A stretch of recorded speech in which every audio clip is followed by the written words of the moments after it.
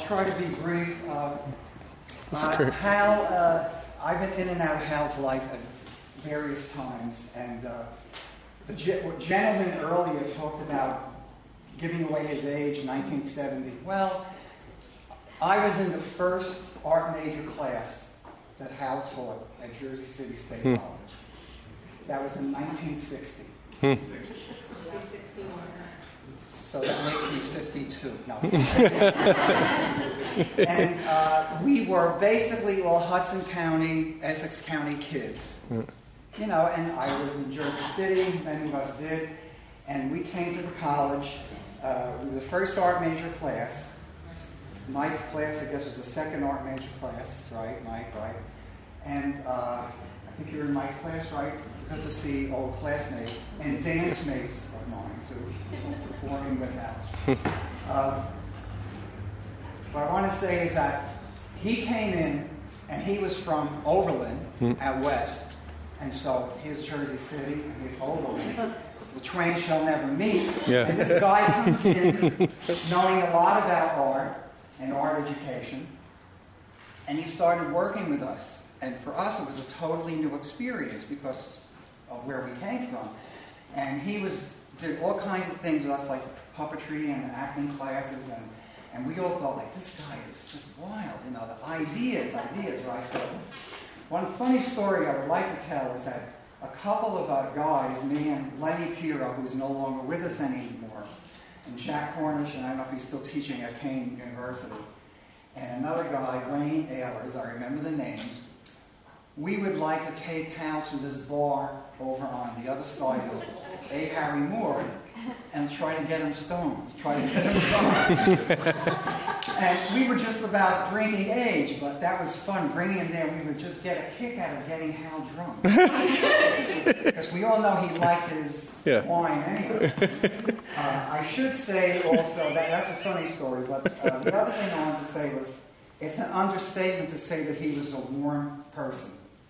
He was so warm, his personality just like drew you in, and it was just, and I'm sitting here thinking about all the times I hugged him or we hugged each other to say hello and goodbye, because that's the way he was. It was marvelous. And if it wasn't for Hal, I wouldn't have gone to Columbia University and got my graduate degree. Because he said to me, why don't you try going to Columbia? Because I said, I don't know what to do, where to go. He says, try Columbia. He wrote me a beautiful recommendation. I got into Columbia, and thereafter, anytime I needed a recommendation, I'd call Hal up and say, look, I'm applying for a job. Would you write me a recommendation? He wrote this great recommendation, making me sound like I was a wonderful person. The other thing I wanted to mention was, years later, when I came back to college and the Wadinsky Company was performing, let me just back up a little. When we were seniors, Hal was doing his thesis at Columbia, and I guess that was on Frank Lloyd Wright, which a lot of us know about.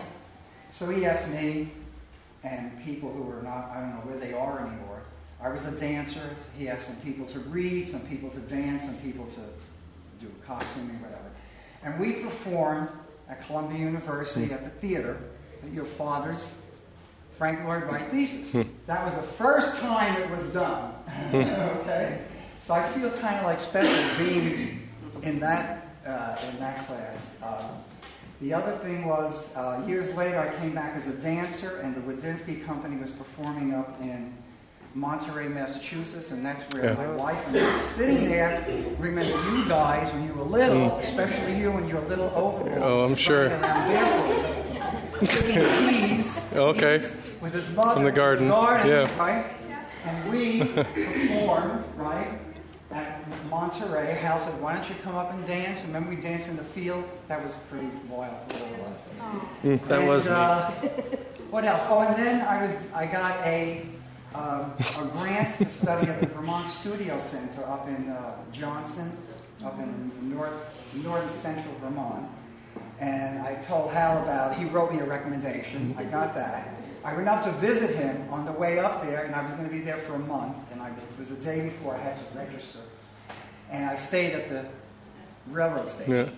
And of course, we drank all night, and I drove up Route 7 or wherever I was going north the next morning with a hangover to this place. And I said, why the hell did I ever do this? Hal was always making me drink. He was a wonderful guy. Nick, what happened at the bar?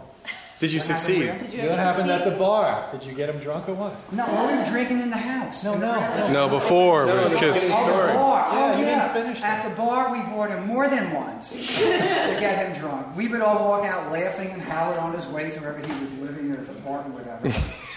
So I remember him when he came here in 1960, and we worked in this room, like you were saying. All art majors, didn't know anything about art. And he put us through everything. But he was not only warm, but he was a great art educator. Because he turned on a lot of us kids to go out and work in the field. And we always, a lot of us, especially me, always went back to him, talked to him about it, discussed it, and he says, no, you got it, just keep going, this is it, this is it, this is it. Great guy. Your name, please? What's your name? What's your name? Was it Nick? Nick and Polly, class of 63. I remember those summers that we spent up in Monterey. Yeah. You guys were little tights. And these guys were little. And Hal, as I recall, had arranged to have the Woginski Dance Company, Mike, is that right? Hal made that arrangement to have us perform in the Monterey Arts Festival. The place was absolutely, it reminded me a little bit of The Shining or some scary movie like that. The house was on one side of the road with grass fields on either side, and across the road were cornfields as far as you could see. So it was a little freaky place, all alone. But down the dirt road there was a little swimming hole. There was a stream there, but they had dug it out, and it was nice. And you guys had a dog. Tippy. And she was pregnant as could be. I mean, she had a belly that was just scraping the ground. Well, every day that we went down to that swimming hole, she would tag along with us, and as soon as we jumped in, she jumped in. She would play and swim. And we thought she was going to have a puppies every time we was there. It was such a beautiful, beautiful time up there. Right? The pictures of the company with Hal. We had wonderful times. And we did that for a couple of summers, didn't we? I found the programs of those, and this is the Monterey, one of the Monterey houses right there. So the woodcut stuff.